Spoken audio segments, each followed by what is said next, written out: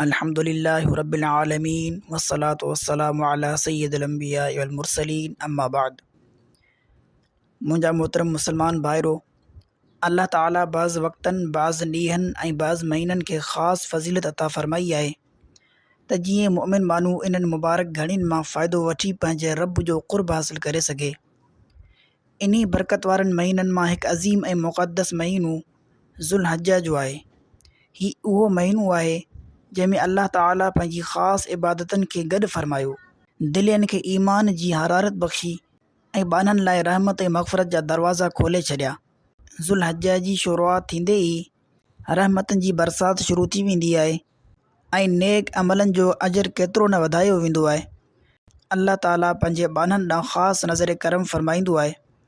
ज़ुल्हज जे महीने खे ॿियनि महीननि ते इहा फ़ज़ीलत हासिलु आहे जो अल्लाह ताला इन में 2 वॾियूं इबादतूं गॾु फ़रमायूं आहिनि जेके कंहिं ॿिए महीने में अदा नथियूं थी सघनि, हिकु हज ऐं ॿी क़ुर्बानी वारी इबादत। इन्हनि ख़ासि इबादतनि लाइ हिन महीने जो इंतिख़ाब इन जे अज़मत ऐं शान खे ज़ाहिर करे रहियो आहे, बल्कि हिन महीने जी इब्तिदाई अशर जी फ़ज़ीलत क़ुरान करीम ऐं अहादीस तय्यबा मां बि साबित आहे। क़ुरान मजीद में सूरतुल फ़जर में अल्लाह ताला फ़रमायो, वल फ़जर व लयालिन आशिर, यानी कसम आहे मूंखे फ़जर जो ऐं 10 रातिनि जो। जुमूर मुफ़स्सिरीन जे मुताबिक़ इन्हनि 10 रातिनि मां मुराद ज़ुल्हज जूं इब्तिदाई 10 रातियूं आहिनि। अल्लाह ताला जो इन्हनि रातिनि जो कसम खणणु इन ॻाल्हि जी रोशन दलील आहे त ही निहायत अज़मत ऐं बरकत ऐं शान वारियूं रातूं आहिनि। अहादीस मुबारक में बि ज़ुल्हज जी इब्तिदाई 10 ॾींहंनि जी बेशुमार फ़ज़ीलत बयान थी आहे। रसूलुल्लाह सल्लल्लाहु अलैहि वसल्लम इरशाद फ़रमायो, अल्लाह ताला जे वेझो इन 10 ॾींहंनि खां वधीक कंहिं बि ॾींहं में नेक अमल वधीक महबूब ऐं पसंदि नाहे। हिकु रिवायत में अचे थो त इन्हनि ॾींहंनि मां हर ॾींहं जो रोज़ो 1 साल जे रोज़नि जे बराबरि आहे ऐं हर राति जी इबादत शब क़दर जी राति जे बराबरि आहे। सुभान अल्लाह, ही उहे मुबारक ॾींहं आहिनि जिन में बानू थोरी महिनत सां बेशुमार अजर ऐं सवाब हासिल करे सघे थो। हुज़ूर करीम सल्लल्लाहु अलैहि वसल्लम फ़रमायो त अमल सालिह जेतिरो इन्हनि ॾींहंनि में अल्लाह ताला वटि महबूब ऐं मक़बूल आहे, ओतिरो कंहिं बि ॿियनि ॾींहंनि में नाहे।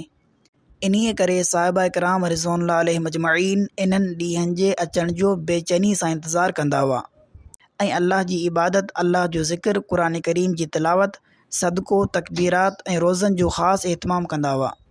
ख़ासि तौर ते यौम अरफ़ा यानी 9 ज़ुल्हज जे रोज़े जी तमामु वॾी फ़ज़ीलत बयानु कई वई आहे। रसूलुल्लाह सल्लल्लाहु अलैहि वसल्लम जिन फ़रमायो, मूंखे अल्लाह ताला खां उमीद आहे त अरफ़ा जे ॾींहं जो रोज़ो हिकु गुज़िरियल साल ऐं हिकु ईंदड़ साल जे गुनाहनि जो कफ़ारो बणिजी सघे थो। लिहाज़ा असांखे थोरो सोचणु खपे त अल्लाह ताला पंहिंजनि बाननि ते केतिरी अज़मत रहमत फ़रमाए थो जो हिकु ॾींहं जे रोज़े जे बदिले 2 सालनि जा गुनाह माफ़ फ़रमाए छॾींदो आहे। ही ॾींहं दरअसल तौबा, रुजू इलल्लाह, दुआ, मग़फ़िरत जा ॾींहं आहिनि। ख़ुशि नसीब आहिनि उहे माण्हू जेके इन्हनि मुबारक ॾींहंनि जो क़दुरु कनि था, पंहिंजनि गुनाहनि खां सची तौबा कनि, नमाज़ुनि जी पाबंदी कनि, क़ुरान सां ताल्लुक़ मज़बूत कनि ऐं अल्लाह ताला जी रज़ा हासिल करण जी कोशिशि कनि। अॼु ज़रूरत इन ॻाल्हि जी आहे त असां ज़ुल्हज जे इन्हनि मुबारक ॾींहंनि खे फ़ुज़ूल ॻाल्हियुनि, गफ़लत ऐं गुनाह में ज़ाया करण बदिरां इबादत, ज़िक्र, तिलावत, तकबीरात, सदक़ात ऐं नेक अमलनि में गुज़ारियूं। मुमकिन आहे त ईंदड़ ज़ुल्हज असांजी ज़िंदगी में न अचे, तंहिं करे इन्हनि क़ीमती लम्हनि जो क़दुरु करियूं ऐं पंहिंजे रब खे राज़ी करण जी कोशिशि करियूं। अल्लाह ताला खां दुआ आहे त असां सभिनी मुसलमाननि खे ज़ुल्हज जे इन्हनि मुबारक ॾींहंनि जो सही क़दुरु करणु, इख़लास सां इबादत करणु, हज ऐं क़ुर्बानी जे रूह खे सम्झणु ऐं पंहिंजी ज़िंदगीनि खे नबी करीम सल्लल्लाहु अलैहि वसल्लम जी सुन्नत जे मुताबिक़ गुज़ारण जी तौफ़ीक़ अता फ़रमाए। आमीन या रब्बल आलमीन। वधीक दीनी अहकाम, मसाइल, फ़ज़ाइल ऐं वज़ाइफ़ वग़ैरह सिंधी में ॿुधण जे लाइ असांजे चैनल अल हमद टीवी खे सब्सक्राइब करे छॾियो। जज़ाकुमुल्लाह।